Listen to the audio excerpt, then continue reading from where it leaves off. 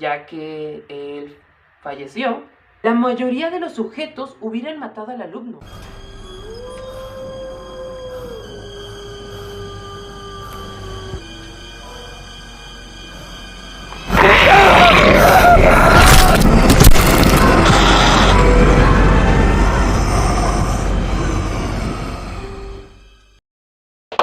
Bienvenidos a Psiconics. Hoy veremos experimentos psicológicos. Y primeramente empezamos con este experimento, el cual su objetivo es que era comprobar si el condicionamiento clásico podía hacer que se desarrollaran miedos y fobias inexistentes. Que en resumidas cuentas, el conocimiento clásico es el aprendizaje de una respuesta ante un estímulo por asociación a otro estímulo, el cual genera la respuesta de manera natural. Y este experimento fue realizado en el año de 1920 y es llamado como el experimento del pequeño Albert. Este experimento fue realizado por el investigador y líder llamado John B. Watson, que de esta manera que aparece en su nombre, y su estudiante auxiliar Rosalie Rayner, los cuales expusieron al pequeño Albert a distintos estímulos en el Hospital Universitario de Johns Hopkins de Maryland, Estados Unidos. Y en este experimento, los investigadores hicieron que Albert tocara un mono, un perro, un conejo y una rata blanca de laboratorio, sin que el bebé mostrara indicios de algún miedo.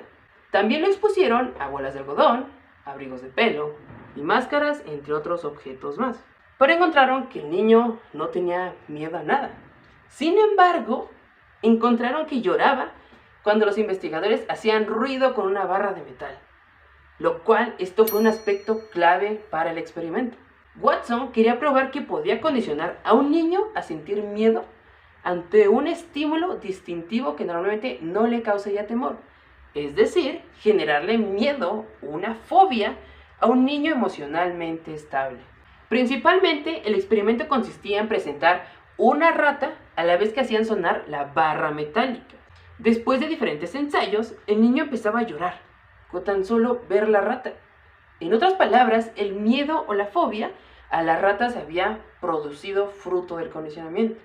El miedo era la respuesta natural ante el ruido, y ahora estaba asociado con la rata. Pero no solo eso. Albert, además de presentar miedo a las ratas, también lo mostraba ante animales u objetos que se parecieran a las ratas, que en este caso era como un perro, un abrigo de pelo, bolitas de algodón, entre otros más. Es decir, el miedo se había generalizado.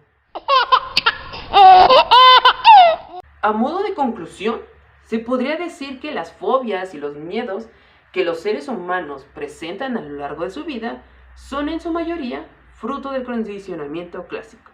De hecho, los resultados que fueron publicados en febrero de 1920 en la revista especial The Journal of Experimental Psychology, que aquí aparece su nombre, han sido ampliamente citados en la historia de la literatura de la psicología, pero la falta de regulación de ética de los mismos hoy en día resultaría espeluznantemente cruel y no ético realizar ese tipo de experimentos, y más con un pequeño. Varios investigadores trataron de determinar la verdadera identidad de Albert, pero no hay resultados concluyentes. Algunos dicen que era el hijo de una nodriza del hospital, o de una trabajadora que no sabía que estaban utilizando a su bebé para este estudio. Si bien Watson había hablado de que se podría hacer para retirar el miedo condicional a Albert, al parecer no tuvo tiempo de trabajar su desensibilización.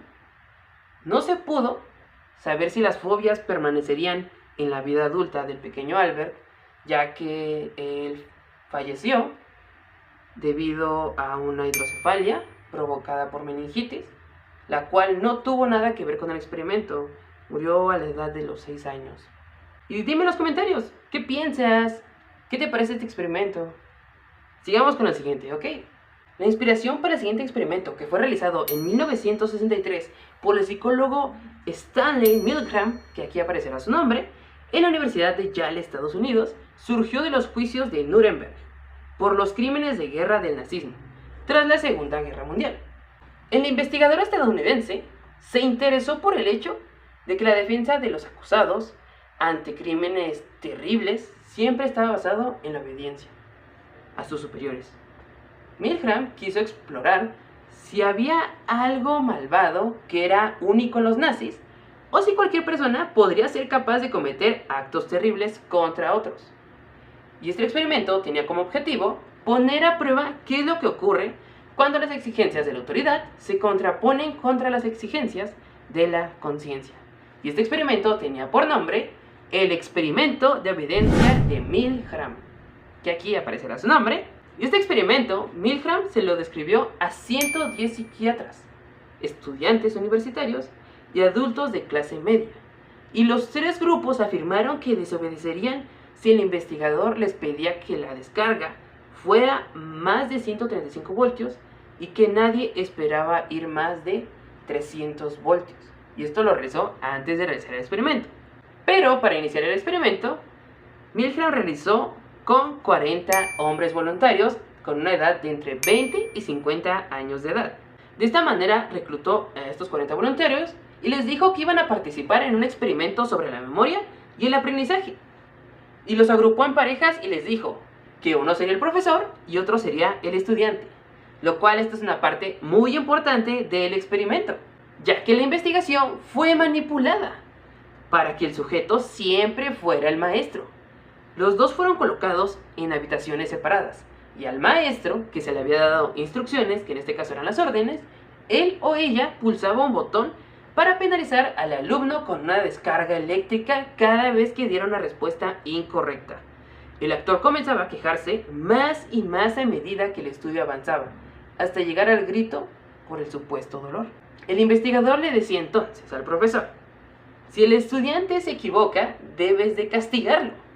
Este castigo era una descarga eléctrica que variaba desde los 50 voltios hasta los 450 voltios. Una potencia máxima que estaba señalada como peligro, choque severo. Pero las instrucciones era que cuanto más se equivocara el estudiante, más duro debería ser el castigo del profesor. Lo que Milgram quería saber es hasta qué punto los sujetos seguirían aumentando las descargas, sabiendo que les causarían daños físicos a la otra persona, antes de enfrentarse al investigador y negarse a cumplir las órdenes. Y sus resultados dejaron anonadados a la comunidad científica, ya que el 65% de los participantes llegó a ejecutar la descarga final máxima de 450 voltios a los estudiantes. La principal conclusión del psicólogo fue que la persona no se considera a sí misma responsable de sus propios actos, sino que se considera un instrumento que ejecuta el deseo de otra persona, en este caso, el investigador. Dijo Milgram a la BBC en una entrevista que lo que había aprendido de su experimento es que no hace falta que una persona sea malvada para que participe en un sistema malvado. La gente ordinaria puede ser fácilmente integrada en sistemas malévolos. Eso fue lo que dijo.